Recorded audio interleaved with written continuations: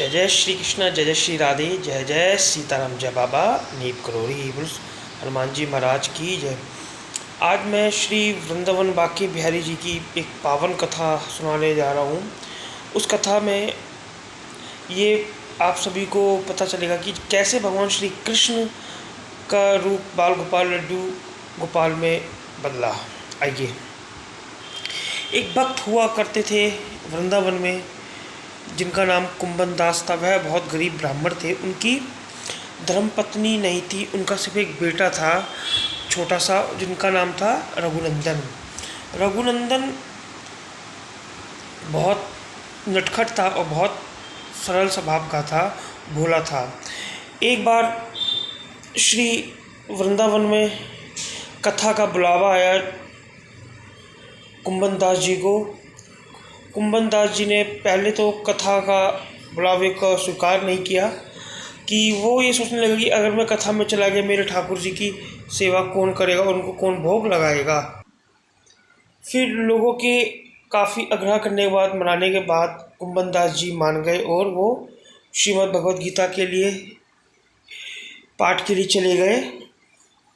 उन्होंने उससे पहले तैयारी की कि उन्होंने सोचा कि पहले मैं अपने घर में भगवान श्री कृष्ण की पूजा करूंगा और उनका भोग की सामग्री तैयार करके अपने बेटे रघुनंदन को बोल के जाऊंगा कि भाई इस समय ठाकुर जी को भोग लगा देना और प्रसाद का। उसके पश्चात होता क्या है, वो कुंभन दास जी भागवत करने चले गए वृंदावन और उनके बेटे को याद आया जो रघुनंदन था छोटा सा। उनने भोग लगाया, कहा ठाकुर जी आओ आप भोग लगाओ। वो ये देखता रहा, बच्चा था, नादान था, वो देखता रहा, भगवान आए नहीं, भोग वैसे वैसे रख गया। बच्चा रोने लगा। तभी बाल रूप में 5-6 साल के बालक के रूप में भगवान श्री कृष्ण ठाकुर जी वहाँ पे प्रकट हुए और वो भोग लगाने लगे और सारा भोजन प्रसाद खत्म कर दिया।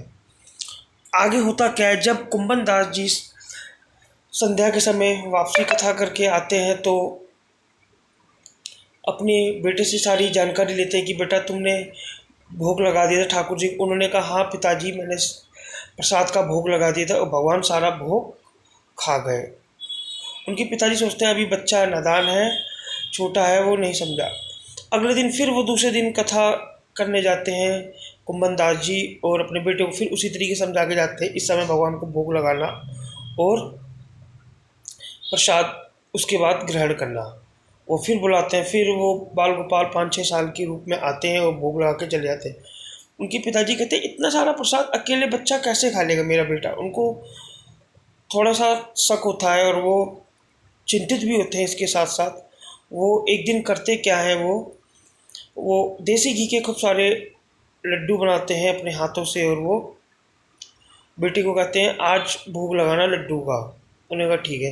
वो उस दिन उनकी समाप्त हो चुकी होती है। उस दिन वो घर की खिड़की से देख रहे होते हैं कि कैसे ये बच्चा झूठ बोल रहा है, क्या कर रहा है मेरा बेटा, भगवान की भक्ति में कोई छल तो नहीं कर रहा मेरा बेटा। वो बच्चा जैसे ही भोग का समय होता है वो देखते हैं भगवान श्री कृष्ण बाल रूप में प्रकट होते हैं और लड्डू खाने लगते हैं। तो वैसे ही जैसे ही देखते हैं कुंभन दास जी वो घर के भीतर प्रवेश होते हैं और उनकी आंखों में अश्रुधार होती है और वो काफ़ी रोने लगते हैं। वो ठाकुर जी से कहते हैं प्रभु आपको इतने समय से मैं भोग लगा रहा था, तब आप एक भी दिन प्रकट नहीं हो। आज मेरे पुत्र भोग लगा रहे हो और आप प्रकट हो गए।